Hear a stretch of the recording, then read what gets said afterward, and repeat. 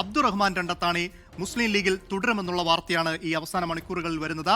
പാണക്കാടെത്തി Abbas Ali Shihab തങ്ങളുമായി അദ്ദേഹം കൂടിക്കാഴ്ച നടത്തി. സാദിഖ് അലി ശിഹാബ് തങ്ങളുടെ നിർദ്ദേശപ്രകാരമാണ് അദ്ദേഹം പാണക്കാടെത്തിയത്. ഗോകുൽ കെ വേണുഗോപാൽ മലപ്പുറത്ത് നിന്ന് ചേരുന്നുണ്ട്. ഗോകുൽ, കൂടുതൽ വിവരങ്ങൾ.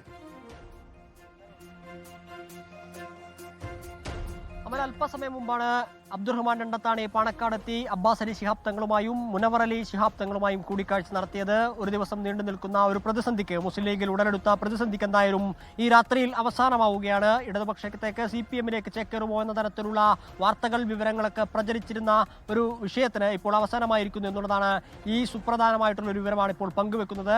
നേരത്തെ പറഞ്ഞതുപോലെ PMA സമീറിന് തിരൂരങ്ങാടി സ്ഥാനാർത്ഥിത്വം നൽകിയതുമായി ബന്ധപ്പെട്ട തർക്കം, അതിനെ തുടർന്ന് പാണക്കാട് സാദിഖ് അലി ശിഹാബ് തങ്ങളെയും PK കുഞ്ഞാലിക്കുട്ടിയെയും പരോക്ഷമായി വിമർശിച്ചുകൊണ്ട് അബ്ദുറഹ്മാൻ രണ്ടത്താണി ഫേസ്ബുക്കിൽ ഒരു പോസ്റ്റ് ഇടുന്നു.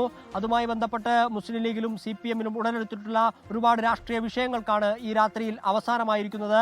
അബ്ദുറഹ്മാൻ രണ്ടത്താണി ഒരു ഘട്ടത്തിൽ മുസ്ലിം ലീഗ് വിട്ടുപോയി ഇടതുപക്ഷത്തിലേക്ക് ചേക്കേറി അവിടെ സ്വതന്ത്രനായി മത്സരിക്കുമോ എന്ന തരത്തിലുള്ള ചർച്ചകൾ പോലും നടന്നിരുന്നു. അതിന്റെ ഭാഗമായി അടിയന്തരമായി CPM ജില്ലാ സെക്രട്ടേറിയറ്റ് യോഗം ചേരുകയും അബ്ദുറഹ്മാൻ രണ്ടത്താണിക്കായി സീറ്റ് ഒഴിച്ചിടാൻ വരെ തയ്യാറാണ് എന്ന് പരസ്യമായി പറയുന്ന ഒരു സാഹചര്യമൊക്കെ ഉണ്ടായിരുന്നു.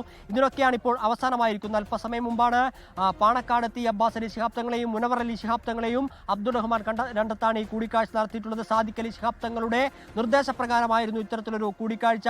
ഇന്ന് ഈ പകൽ മുഴുവൻ അബ്ദുറഹ്മാൻ രണ്ടത്താണിയുമായി ബന്ധപ്പെട്ട് ഈ വിഷയവുമായി പ്രതികരിക്കുന്ന സമയത്തായാലും അദ്ദേഹം മുസ്ലിം ലീഗ് വിട്ടുപോകാൻ ഒരുക്കമല്ല എന്ന രീതിയിലുള്ള പ്രതികരണം തന്നെയായിരുന്നു നടത്തിയിട്ടുള്ളത്.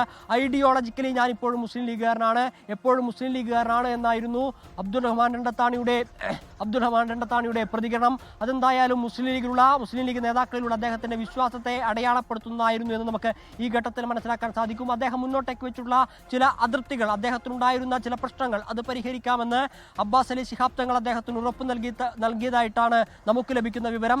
PMA സമീറിനെ സ്ഥാനാർത്ഥിത്വം നൽകിയതുമായി ബന്ധപ്പെട്ട തർക്കമായിരുന്നു പ്രധാനമായും അദ്ദേഹത്തിനുണ്ടായിരുന്നത്. അദ്ദേഹം ഇത്തവണ സ്ഥാനാർത്ഥിയാകുമെന്ന് പോലും പ്രതീക്ഷിച്ചിരുന്നു. പക്ഷേ അദ്ദേഹത്തിന് സീറ്റ് ലഭിച്ചില്ല.